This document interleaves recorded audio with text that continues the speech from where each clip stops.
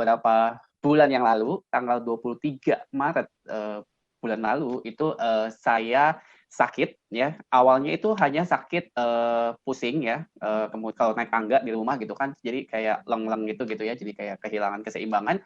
Terus mual ya, muntah gitu ya, itu beberapa hari setelah mengalami yang susah makan, karena memang pada saat itu seminggu saya nggak bisa makan karena semua rasa kayaknya sama gitu. Jadi mau makan apapun, makanan kesukaan saya pun itu semua rasanya sama. Jadi nggak pernah ada rasanya gitu ya. Terus udah gitu ketika makan pun nggak pernah bisa 2-3 suap gitu. Jadi selalu cuma 1 sendok udah kenyang gitu ya. Jadi nah, saya pikir waktu itu adalah mah saya gitu kan, karena dulu sekali gitu ya saya punya mah gitu ya, karena mah saya saya pikir kambuh gitu kan, karena sebenarnya sejak beberapa tahun yang lalu tuh mah saya udah sembuh gitu ya, udah nggak terjadi lagi sakit mah gitu. Nah, apakah karena mah saya kambuh lagi gitu kan? Jadi karena seminggu itu benar-benar kondisinya sangat tidak enak banget gitu kan.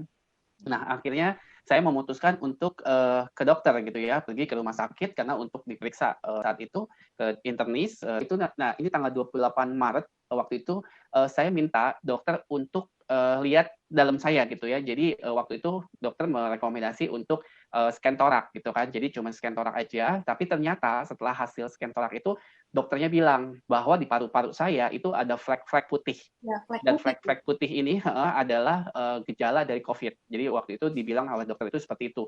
Jadi saya harus menunggu beberapa menit ya, kalau nggak salah setengah jaman atau 1 jam, karena mereka sedang mempersiapkan untuk saya CT scan. Di awal-awal saya cuma tahu orang yang COVID itu adalah batuk, pilek gitu kan, namanya seperti itu gitu ya. Nah, sementara saya tidak mengalami yang namanya batuk pilek yang itu yang gimana gitu. Jadi saya sama sekali nggak pilek, batuk iya ada, tapi nggak yang seperti apa gitu kan. Nah, jadi ketika saya nunggu itu, saya langsung browsing gitu ya. Jadi saya googling. Nah, akhirnya ini masuk tuh ke dalam pikiran saya waktu itu. Jadi sambil nunggu, benar-benar kalimat dokter itu tuh jadi buat saya bikin saya stres gitu kan. Iya, karena saya datang saya pikir bahwa saya itu cuma mah gitu kan, jadi cuma sakit lambung atau apa gitu kan. Tapi ternyata itu di situ ya, kalau lihat slide yang kedua tadi ya, balik lagi ke slide yang itu adalah paru-paru saya kena gitu. Jadi hasilnya memang persis seperti yang tadi saya browsing. Istilahnya paru-paru saya udah dipenuhi dengan flek-flek putih ya, kalau itu saya tandain. Nah, itu paru-paru saya kondisinya ya seperti itu tanggal 28 Maret gitu loh, seperti itu. Jadi waktu itu setelah berobat saya cuma dikasih antibiotik ya selama 2 minggu dan harus datang lagi.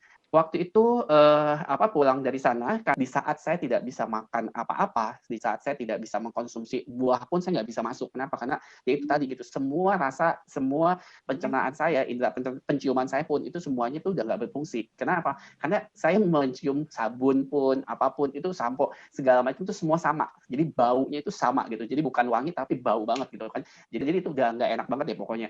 Jadi yang cuma masuk itu cuma alpha meta. Jadi selama beberapa hari itu gitu ya. Jadi saya konsumsi alpha meta itu dari pagi sampai malam itu bisa 5 kali karena nggak ada makanan yang masuk gitu ya. Jadi itu yang saya konsumsi. Jadi selain antibiotik yang dikasih sama dokter selama 2 minggu itu saya konsumsi alpha meta. Nah, akhirnya datang lagi ke rumah sakit tanggal 8 April itu di scan torak lagi gitu ya. Hasilnya seperti yang kedua, yang di slide kedua, dan akhirnya datang lagi tanggal 28 April itu 2020 itu kondisinya seperti itu ya, di slide yang paling atas di atas ya.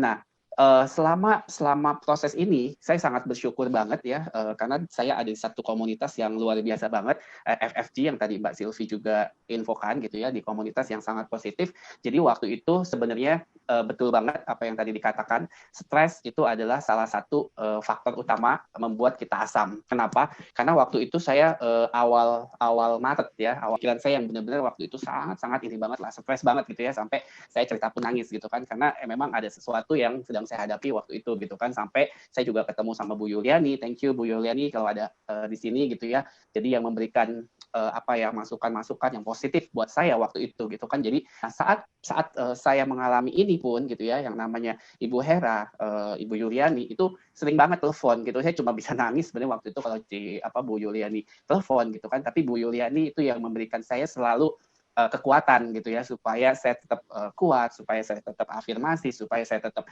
bilang saya sehat, saya diberkati, saya bersyukur dan lain sebagainya. Jadi teman-teman di komunitas FFG ini yang sebenarnya juga memberikan proses kesembuhan buat saya waktu itu gitu loh. Jadi selain saya minum alpha meta, saya minum air alpha spin yang saya suling ya waktunya gitu ya, saya minum untuk dibikin alpha meta. Jadi saya pasang kuantum ya di kamar saya. Ketika tanggal 28 April itu cek sama dokter seperti itu, jadi balik lagi tanggal 5 untuk dilihat ya secara menyeluruh gitu ya, di scan, akhirnya ya terjadi yang signifikan banget dan sudah dinyatakan oleh dokter bersih gitu ya, kembali seperti normal gitu ya. Jadi saya sangat bersyukur banget, saya sangat beruntung sekali karena ya itu dia gitu ya, dengan makanan yang sehat yaitu alpha meta, minum air alpha spin gitu ya, dan juga menjaga pikiran kita sebenarnya. Intinya seperti itu sih kesaksian saya ya.